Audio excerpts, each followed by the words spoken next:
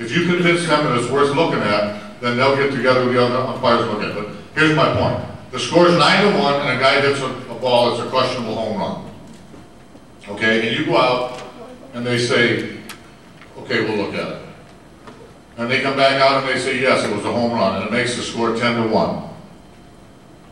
Well, in my opinion, that doesn't affect the game as much as the bases loaded and 2 outs, and a ball goes over the third base bag in a tie game in the 8th inning, and you score 3 runs to go ahead 5-2, and the umpire called that a foul ball, and you believe that that is definitely a fair ball, I think that's a call that should be looked at.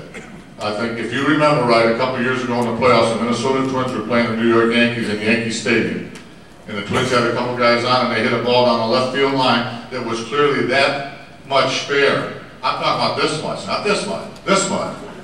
The umpire called it foul, and they could do nothing about it. I think that's ridiculous. That had a total impact on that game. Whether they'd have won that series or not, I don't know, but that is totally ridiculous in my opinion. So yes, I do not want to make it a computer game by any means, but I do think there are some instances where you could expand it, and I think it would be. To me, baseball is like any other business. Most of you people are business people. You try to do what makes your customers happy. Great.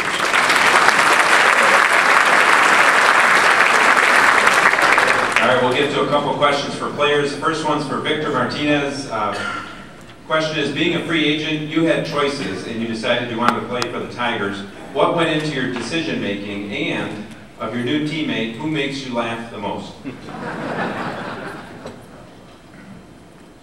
Yeah, I think I got Coco. My man Papa Grande right there.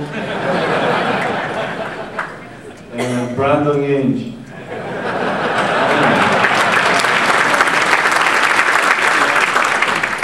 And just playing pretty much my whole career in Cleveland and playing against this team, you know, every year, like, you know, 19 times a year. Just, I can just see that the way this organization is trying to get better every year. And as a player, that's what you want. You want a place that you can be comfortable with your family and a chance to put a ring. So that's why it makes my decision pretty easy. I don't have to wait that much.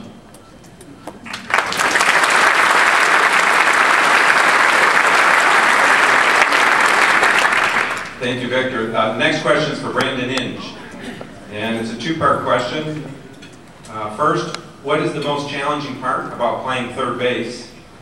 And I'll ask the second part after you answer the first part. All right. I'd say the most difficult part about playing third base is, I guess, probably the days that Scherzer and Porcello pitch. I have to strap the flak jacket underneath my jersey. I'm afraid of it going through me, so. I'm just kidding.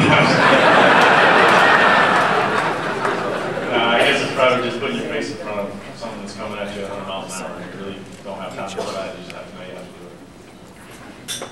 All right, and the second part of the question. This year marks the 11th season you have worn the D, and you and your wife Shani have embraced the community with your time and generosity. Why is Southeastern Michigan so important to you and your family? Well, first of all, I've been proud to be a part of Detroit for my entire career, and hope to stay here as long as they'll let me, or you guys let me. Just kick me out here eventually. But I've been proud to be a part of it. I like the way Detroit, the area, I like everything about it, and just proud to be here. But as far as the community work goes, that's the easy part of everything. I mean, the Tigers actually got me started going to the hospitals. I think Mont Children's Hospital. It was the first time I walked in and I saw some kids' faces that you kind of brighten up their day a little bit. And once you see that, you never forget it. And so the work around Michigan, that'll never change for me. So just proud to be a part of it, and hopefully keep up the good work for the community work.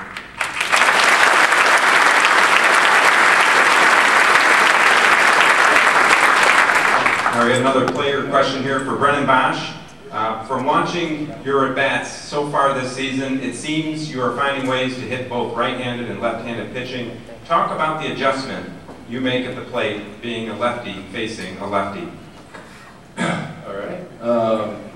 I think a lot of left-handed pitchers think that they can get us lefties out easily. So for me, it's just a fun at-bat to go in and prove them wrong, put get a bat together, and it's more of a mindset than anything. Just try to get a base hit and not try to do too much, and just try to hit a line drive, and that's about it.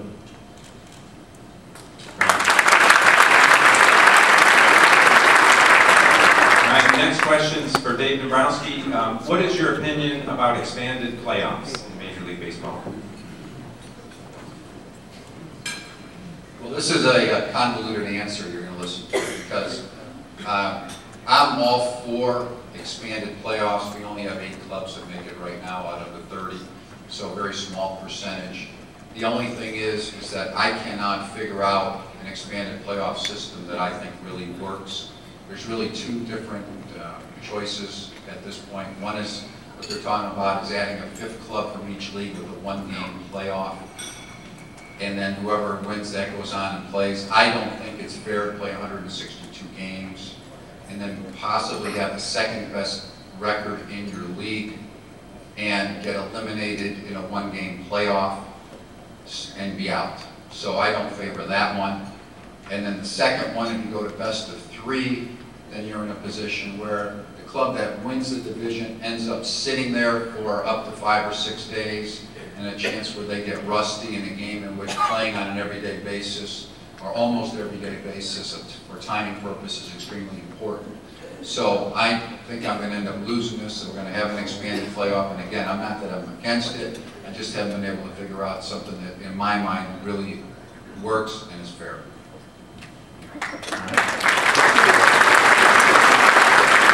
Next question is for Jim Leland. Congratulations on 1,500 wins over your career. Which one was your favorite?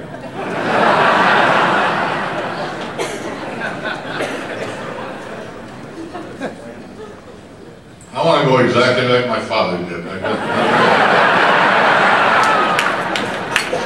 I think I'm going to be totally honest about this. I do have a favorite one, and it's probably not going to be your favorite. But my favorite one was the clinching game in 1990 against the St. Louis Cardinals when the Pittsburgh Pirates beat the St. Louis Cardinals for our first division title. We had been a doormat. People were laughing at us. We came from scratch. We had to build it from nothing, and we finally did that. The Mets laughed at us for a few years. One year they beat us 17 out of 18 my first year in Pittsburgh. When they went to the World Series, somebody said, "Are the Mets that good?" I said, "No, if they were, they'd have swept us." But that was my favorite.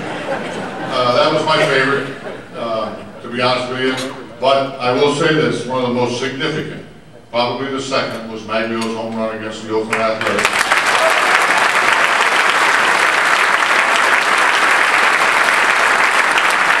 And in 2006, and I think obviously the most important one, I guess, embarking my career would have to be the 7th game in the World Series. With Dave Dombrowski as our general manager, and in 1997 when we won the World Series with the Florida Miles, we went to Game 7, we won Game 7 in 11 innings, 3-2. So that would obviously have to be the one that probably marked my memories the most.